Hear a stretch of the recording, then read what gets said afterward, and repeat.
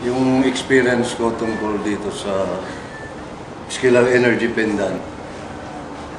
Last year, nung nag-PFT ako, physical fitness sa police, ginanap sa Marikina Sports Complex. Nung time na yun, ang nakuha ko lang 24 pull-up. And then 102 push-up. 113 sit-ups. Tapos sa takbo, mahigit 11 minutes. Pero nung itong nakaraan lang PT, last month lang, March 25, 2009, brinig ko ang record.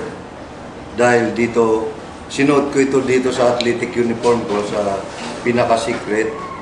Tapos, ginawa ko, hindi ko pinakita sa iba para makita nila.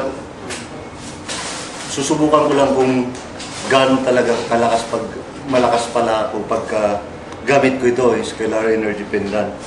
Ngayon nung sinuot ko ito, hindi ako kakaiba yung lakas ko. Ibig ko sabihin kung last year 24 lang nakuha ko, this time 37. Yung 37 na yun, halos di pa sana ako bababa. Kaso sabi sa akin, sobra-sobra na. Break na daw lahat ng record. So sa kasaysayan ng PNP, wala pang nakaka-37. Ako pa lang dahil dito sa Scalar Energy Pendant na ito. Tapos meron pa idadagdag dyan, pati sa pagtakbo ko, nagulat sila. Kasi kahit na medyo umuulan, bakit sa 7 ikot na yun, ang bilis ko raw. So nakuha ko lang ng 10 minutes and 30 seconds, equivalent nun 100%.